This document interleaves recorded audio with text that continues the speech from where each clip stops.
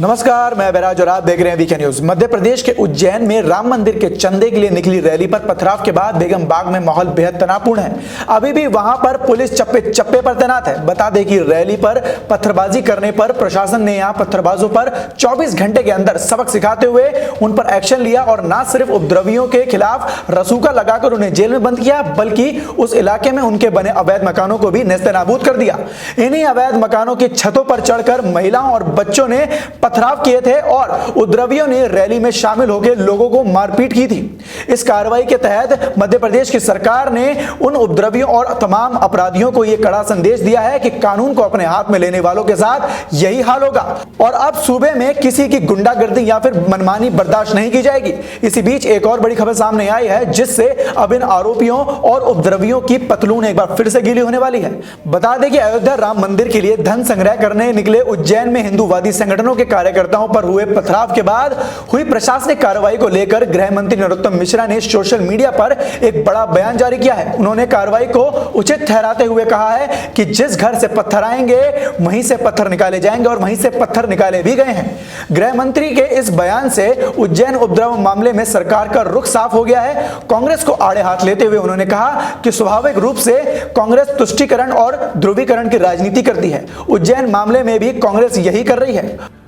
स्वाभाविक रूप से कांग्रेस तुष्टीकरण की और ध्रुवीकरण की राजनीति करती है। ये भी उसी का एक पार्ट है जिसमें विजुअल और फुटेज दिखाई दे रहे हो, उसमें काय की जांच करने वाले।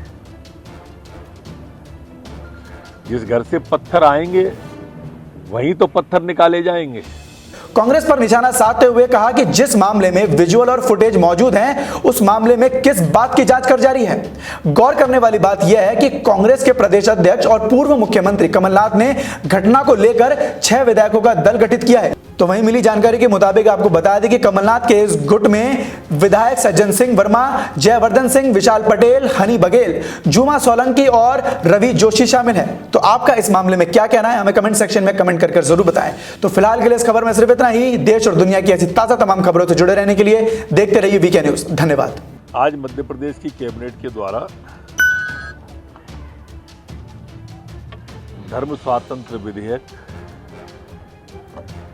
आजन्म कारावास की सजा मिलावट पर कसावट पर, बजट जो अनुपूरक आएगा उस पर, ऐसे अनेक अध्यादेश आज जो विधेयक के रूप में सत्र में आने वाले थे उन पर लाया जा रहा है।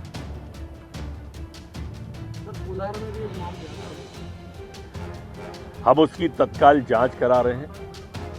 इस तरह के बहुत से मामले आ रहे हैं। अभी मेरे को 2 मिनट पहले ही ये फिर दे के गए हैं। श्रीमती नूर जहां अली, नगर निगम कॉलोनी, अशोक विहार, भोपाल, इसी से जुड़ा है।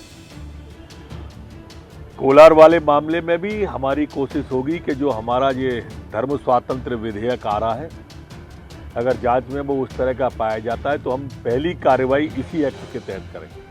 सर, उज्जैन मामले को लेकर बनाई थी आज सज्जन सिंह वर्मा डीजीपी से मुलाकात कर रहे हैं। स्वाभाविक रूप से कांग्रेस तुष्टीकरण की और ध्रुवीकरण की राजनीति करती है। ये भी उसी का एक पार्ट है जिसमें विजुअल और फुटेज दिखाई दे रहे हो, उसमें काय की जांच करने वाले। जिस घर से पत्थर आएंगे वहीं तो पत्थर निकाले जाएंगे, वहीं पत्थर निकाले। एक्चुअल में क्या है कि बालपन गया नहीं है ऊपर से नीचे तक।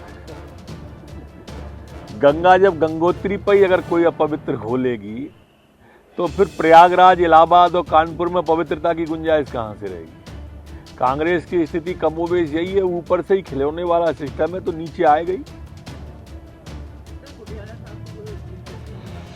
कांग्रेस द्वारा जो जितने भी षड्यंत्र ये प्रायोजित किए गए थे, उनकी क्लीन चिट इस बात का द्योतक और परिचायक है कि सारे के सारे झूठे प्रोपेगेंडे उन्होंने खड़े किए थे और एक के बाद एक इसीलिए सब धराशायी होते जा रहे हैं।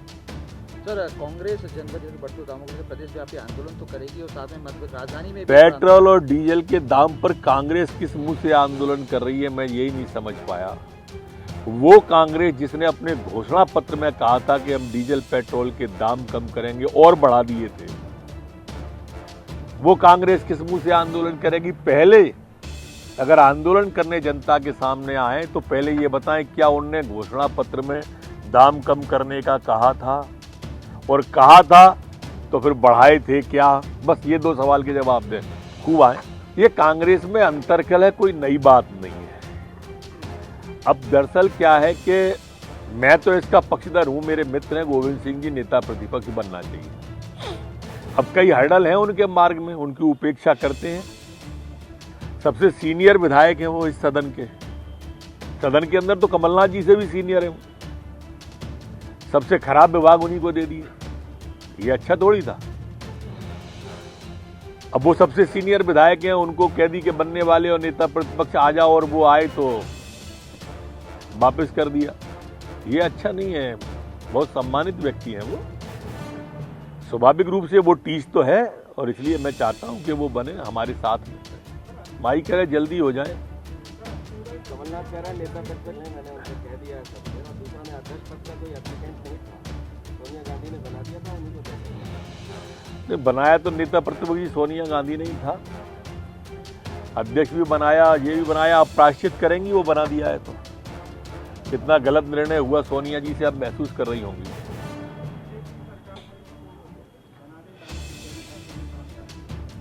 निश्चित रूप से अंत्योदय समितियां, नगर पंचायत, ग्राम पंचायत, नगर पालिका, नगर निगम, सभी जगह पर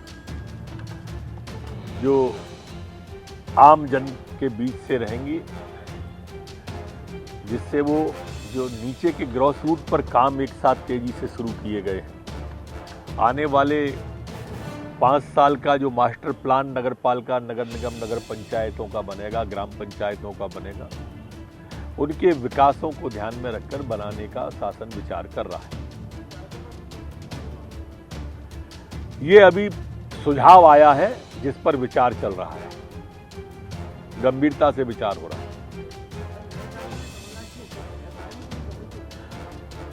देखो, कांग्रेस के विधायक मंत्री सभी पे जब वो थे तब मंत्री खड़े करते रहे थे उन पर, अब विधायक हैं तो विधायक कर रहे हैं खड़े। पर दिक्कत क्या है कि यहाँ पर मामला परिवारवाद के हिसाब से चलता है, वंशानुगत चलता है, तो इसलिए ऊपर से ही कोई निर्णय होगा। ये बेचारे सवाल खड़े करते रहे, उससे क्या होगा।